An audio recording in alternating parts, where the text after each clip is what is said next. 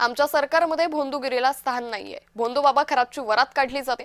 मुख्यमंत्र्यांना कळताच तात्काळ खरातला अटक केली. भाजप नेता गोपीचंद पडळकर यांनी हे वक्तव्य केलंय.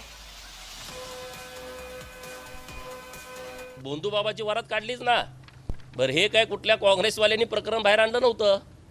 1 महिना अधिवेशन सुरू होतं आणि त्या अधिवेशनामध्ये कुठला काँग्रेसवाला सभागृहात बोलला नाही की असा अशोक खरातासारखा भोंदूबाबा आहे. आमच्या सरकारनं लक्ष घातलं या विषयामध्ये.